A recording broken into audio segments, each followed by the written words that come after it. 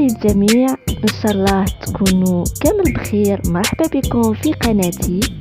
في هذا الفيديو الجديد سنتعلم كلمات باللهجة الجزائرية ونقارنها باللغة العربية ونطقها بسهولة للمبتدئين.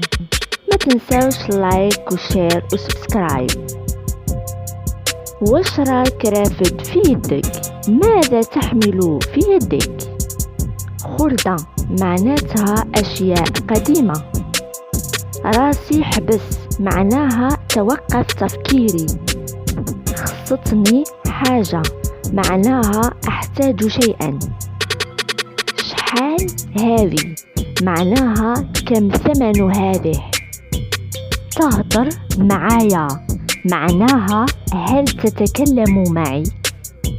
وين راك معناها أين أنت. روح معناها اذهب. غير غدوة معناها بعد غد. الحومة معناها الحي أو الشارع. مجرى معناها بلوعة. مرميطة معناها طنجرة. كوشة معناها مخبزة. قيطونة معناها خيمة.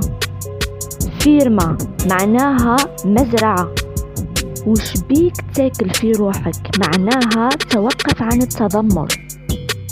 اضرب النح معناها لا تقل شيئا عن الموضوع. راني قاعد نمشي معناها أنا أتمشى. طبر راسك معناها تحمل المسؤولية لوحدك. نتمنى هذا الفيديو ينال إعجابكم. إن شاء الله تحفظوا الكلمات البسيطة والسهلة باللهجة الجزائرية. نقولكم شكرا على تعليقاتكم وعلى اشتراكاتكم الرائعة جدا. نتلاقى في فيديو جديد إن شاء الله. نقولكم باي على بروشين فيديو.